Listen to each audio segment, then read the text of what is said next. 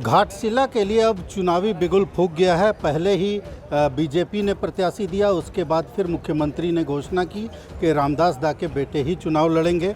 अब बात आती है स्टार प्रचारकों की, क्योंकि बीजेपी ने 40 स्टार प्रचारकों की सूची जारी की है, जिसमें 2 राज्यों के मुख्यमंत्री, कई केंद्रीय मंत्री और कितने लोग हैं। हमारे साथ जेएमएम की हम लोग तो जो जानते हैं स्टार प्रचारक हैं। बताइए महुआ जी, क्या है? देखिए, स्वर्गीय रामदास सोरेन जी ने जनता के लिए बहुत काम किया। वो ज़मीन से जुड़े हुए नेता रहे। वो जिला अध्यक्ष रहे हैं पार्टी के बहुत साल तक, और उन्होंने बड़े बड़े अधिवेशन ऑर्गेनाइज़ किया और विधायक बने। दुर्भाग्य से मंत्री बनने के बाद वो ज़्यादा दिन तक नहीं रह पाए, लेकिन जनता उनके कार्यों को नहीं भूली है और उनके सुपुत्र आदरणीय सोमेश सोरेन जी को जो टिकट मिला है, इससे हमें पूरा विश्वास है कि वहाँ की जनता उनको ज़रूर मौका देगी।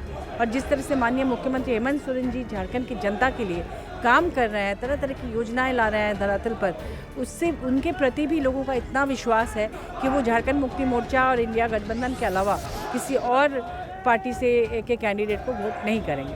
नहीं, स्टार प्रचारकों की बात करें, हेमंत जी हैं, कल्पना जी हैं, ये 2 स्टार प्रचारक तो इस्टेब्लिश आप हैं।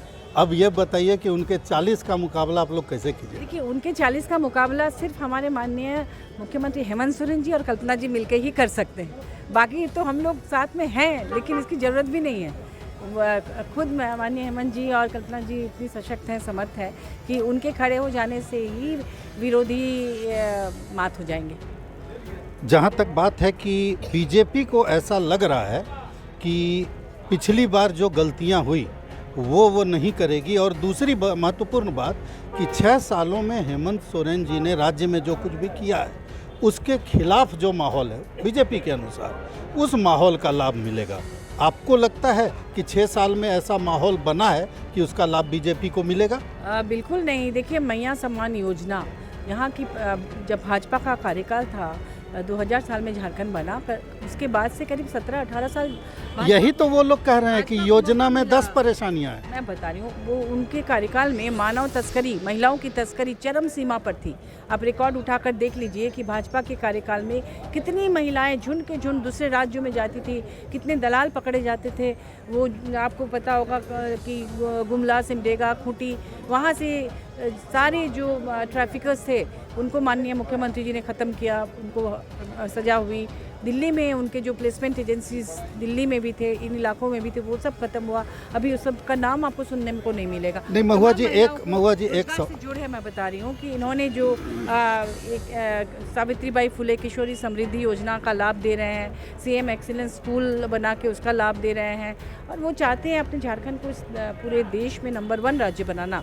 और उसके लिए खेल के क्षेत्र में, शिक्षा के क्षेत्र में, रोजगार के क्षेत्र में, हर क्षेत्र में काम हो रहा है। कौन सा बीजेपी कह रही है लूट, भ्रष्टाचार जैसे मुद्दे जो हैं उनके मामले में कई केस लेकर के आ रही है, कई उदाहरण लेके आ रही है।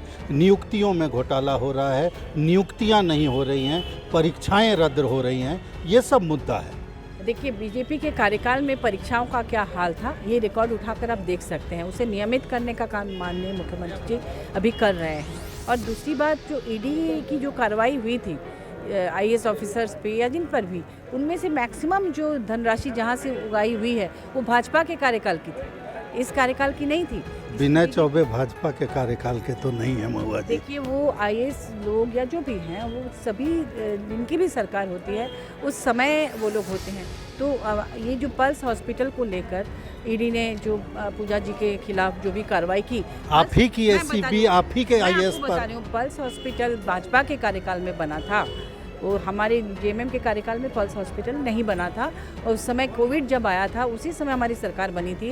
हमारी सरकार दिसंबर में चुनाव हुआ और मार्च में कोविड आ गया, और मार्च के बाद लॉकडाउन स्टार्ट हो गया। लॉकडाउन में सबसे ज़्यादा ट्रीटमेंट पल्स हॉस्पिटल में, जो गैर सरकारी हॉस्पिटल है उसमें ट्रीटमेंट हुआ था। तो पल्स हॉस्पिटल को लेकर भाजपा के लोग बहुत हाय तौबा मचाए। महुआ जी, सवाल ये है, एक मिनट, सवाल का जवाब हो। सवाल ये है कि मुख्यमंत्री के सचिव जो रहते हैं उनको उन्हीं मुख्यमंत्री का एसीबी जो है वो अभियुक्त बनाता है, उन पर छापे मारता है, उनके करीबियों पर छापा मार, क्या मतलब है? इसी से पता चलता है ना कि हमारी जो सरकार है वो कितनी बिना बायस्ड होकर काम कर रही है।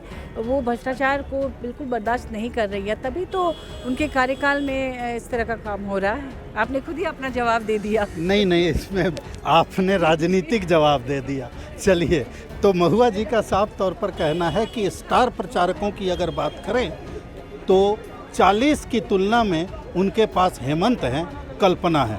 भारत एक्सप्रेस के लिए कैमरामैन धर्मेंद्र के साथ मधुकर आनंद, रांची।